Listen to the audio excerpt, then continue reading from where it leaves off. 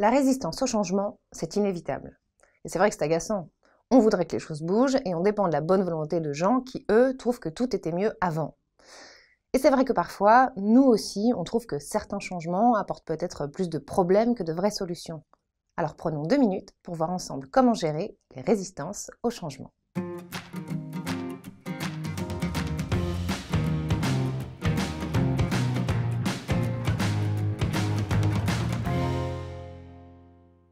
Voici 5 conseils pour vous aider à gérer ces résistances.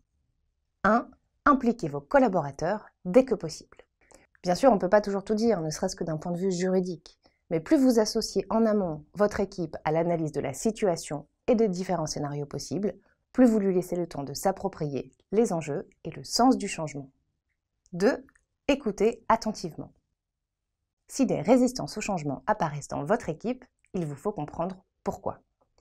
Un changement peut donner le sentiment qu'on va être moins reconnu, moins intégré, ou encore traité moins équitablement.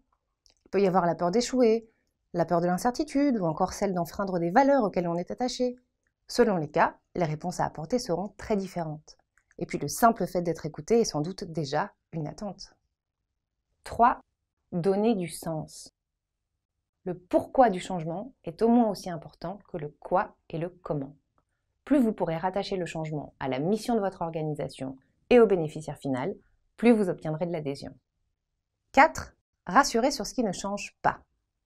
Le cerveau humain est programmé pour remarquer tout ce qui bouge et ignorer ce qui est immobile. C'est un principe que les magiciens connaissent bien.